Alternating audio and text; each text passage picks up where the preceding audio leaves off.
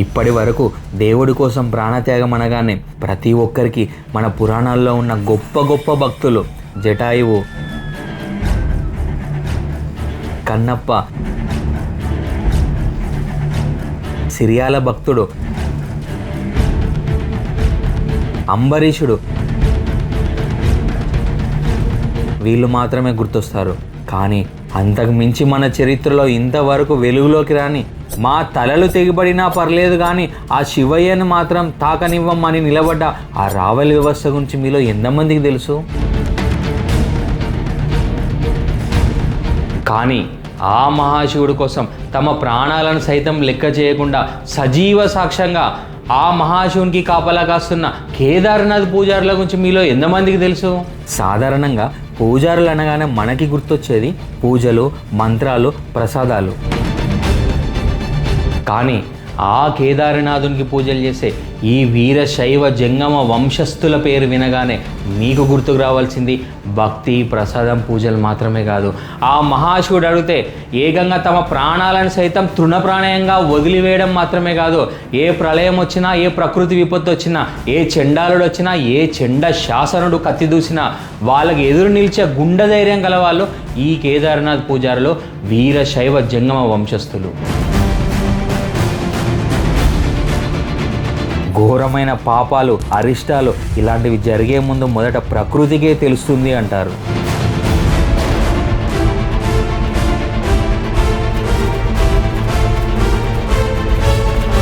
సరిగ్గా మన చరిత్రలో ఒక దారుణమైన పాపం జరగబోతుందని ఆ ప్రకృతి ముందే పసిగట్టింది.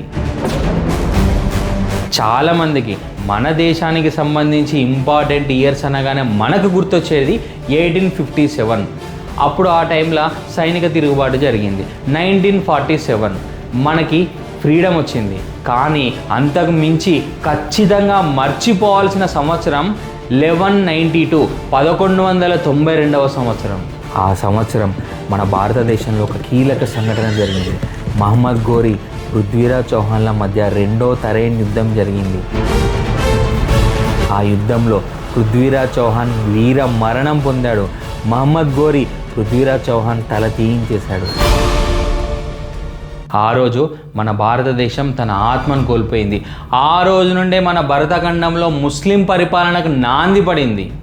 వెంటనే ఘోరీ తర్వాత బానిష వంశస్థుడైన కుతుబుద్దీన్ ఐబక్, ఆ తర్వాత అల్లావుద్దీన్ ఖిల్జీ, ఈ విధంగా ఒకరి తర్వాత ఒకరి పరిపాలన అనేది సాగింది.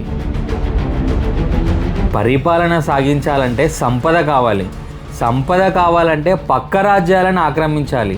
మెల్లిగా బంగారం మీద, వజ్రాల మీద విపరీతమైన వ్యామోహం పెరిగింది.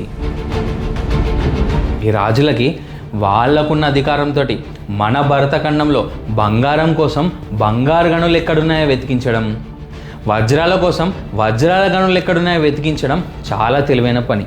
కానీ ఆల్రెడీ బంగారం, వజ్రాలున్న దేవాలయాల మీద పడడం, ఆ దేవాలయాలను దోచుకోవడం, ఆ దేవాలయాలను ధ్వంసం చేయడం అతి తెలివి కదా. మహమ్మద్ ఘోరీ తర్వాత ఢిల్లీ సింహాసనం మీద కూర్చున్నది ఈ బానిష వంశస్థుడైన కుతుబుద్దీన్ ఐబక్. ఈ కుతుబుద్దీన్ ఐబక్ని చరిత్ర ప్రకారం ద ఫౌండర్ ఆఫ్ డిస్ట్రక్షన్ అంటారు. మనందరికి తెలిసిన ఒక అద్భుతమైన చారిత్రాత్మక కళాఖండం ఉన్నది కుతుబ్ మినార్. ఈ కుతుబ్ మినార్ కట్టించింది ఈ కుతుబుద్దీన్ ఐబకే. కానీ అదే ప్రాంగణంలో మన ఆర్కియాలజీ డిపార్ట్మెంట్ ఆధీనంలో ఉన్న కువ్వతుల్ ఇస్లాం అనే ఒక మసీదు సాక్షిగా ఈ కుతుబుద్దీన్ ఐబక్ 27 హిందూ, జైన్ దేవాలయాలు ధ్వంసం చేసి ఆ శిథిలాలతోటి ఆ మసీదుని కట్టించడం జరిగింది. ఇప్పటికీ ఆ మసీదులో ఉన్న రాతి స్తంభాల మీద మన దేవీ దేవతల ఏవైతే ముద్రలో అచ్చులున్నాయో అవి ఇప్పటికీ మూగ సాక్ష్యాలుగా ఉన్నాయి. ఆ మసీదు ఎదురుగా ఉన్న ఆ శిలాఫలకం ఒక ప్రత్యక్ష సాక్ష్యం. స్వయంగా ఈ కుతుబుద్దీన్ ఐబకే ఆ శిలాఫలకాన్ని రాయించుకున్నాడు, ఈ దేవాలయాలను ధ్వంసం చేసి ఆ మసీదు కట్టించిన అని. కుతుబుద్దీన్ ఐబక్ చనిపోయిన తర్వాత ఆయన అల్లుడు ఇల్తుత్మిష్ సింహాసనం మీద కూర్చున్నాడు. మామ దేవాలయాలను ఢిల్లీలో కూలిస్తే మామను మించిన అల్లుడు ఉత్తర భారతదేశం నుండి మధ్య భారతదేశం వరకు వచ్చాడు. చరిత్రలో మరొక చీకటి అధ్యాయాన్ని లిఖించాడు. మధ్యప్రదేశ్ ఉజ్జయిని మహాకాళేశ్వరుడు జ్యోతిర్లింగం భారతదేశంలోని 12 జ్యోతిర్లింగాలలో ఈ ఆలయం చాలా ప్రత్యేకం.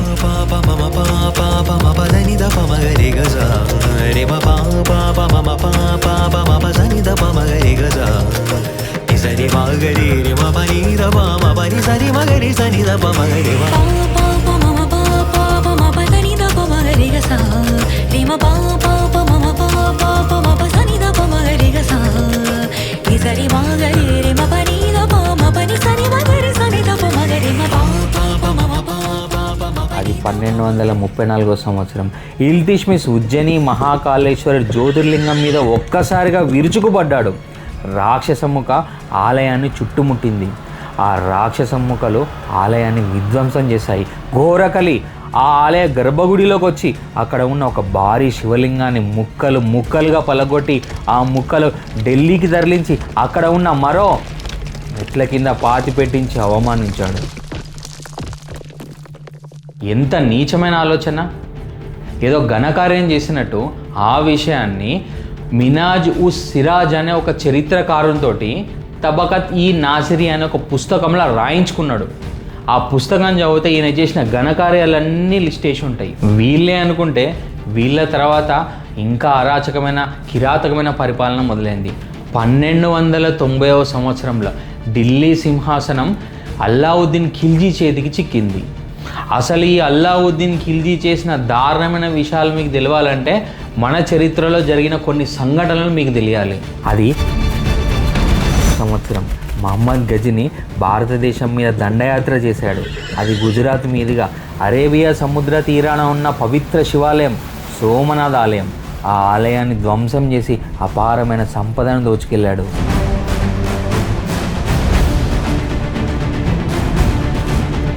గజనీని ఆదర్శంగా తీసుకున్న ఘోరీ సోమనాథ్ ఆలయాన్ని దోచుకోవాలి, గుజరాత్ మీద దండయాత్ర చేయాలని నిర్ణయించుకున్నాడు. ఒక్క సోమనాథ్ ఆలయంలోనే ఇంత సంపద ఉంటే గుజరాత్లో ఇంకెంత ఉండాలి? 1178వ సంవత్సరం. ఆ టైంకి గుజరాత్ని పరిపాలిస్తున్నది రాణి నాయకి దేవి. అయితే అదే సంవత్సరం ఆ రాణి నాయకి దేవి డెలివరీ అయింది. ఒక పండంటి బిడ్డని ప్రసవించింది, పచ్చి బాలింత. అసలే రాజు లేని రాజ్యం, పైగా రాణి డెలివరీ అయి ఉన్నది, ఆమె బాలింత. ఇదే రైట్ టైం అనుకున్నాడు. అదే ఇయర్ అటాక్ చేయాలని గోరీ ప్లాన్ చేసుకున్నాడు. కానీ గోరీ చేసిన ఘోరమైన తప్పేందంటే మన భారతదేశపు ఆడకూతుర్ని తక్కువ అంచనా వేయడం.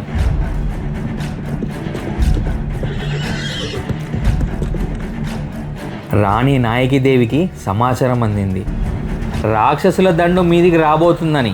ఒకవైపు సమయం లేదు, మరోవైపు యుద్ధ సన్నాహాలు మొదలయ్యాయి.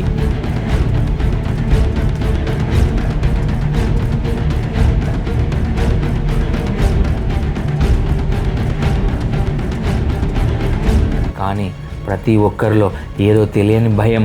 ఎందుకంటే వచ్చేవాడు ఘోరీ, వాడు మిడతల దండు కంటే అధ్వానం. ఘోరీ గెలిస్తే ఒక్క సోమనాథ్ ఆలయం మాత్రమే కాదు, దొరికిన ప్రతి ఒక్కరిని చంపుతాడు, ప్రతి ఇంటిని కొల్లగొడతాడు, ప్రతి ఆడపిల్లకి నరకం చూపిస్తాడు.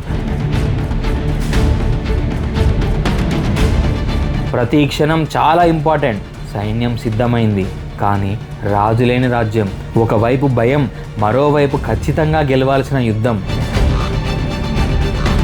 సైనికులలో ధైర్యం నింపడానికి తన కర్తవ్యం కేవలం అమ్మతనం మాత్రమే కాదు, అంతకంటే ముఖ్యమైన ప్రజారక్షణ.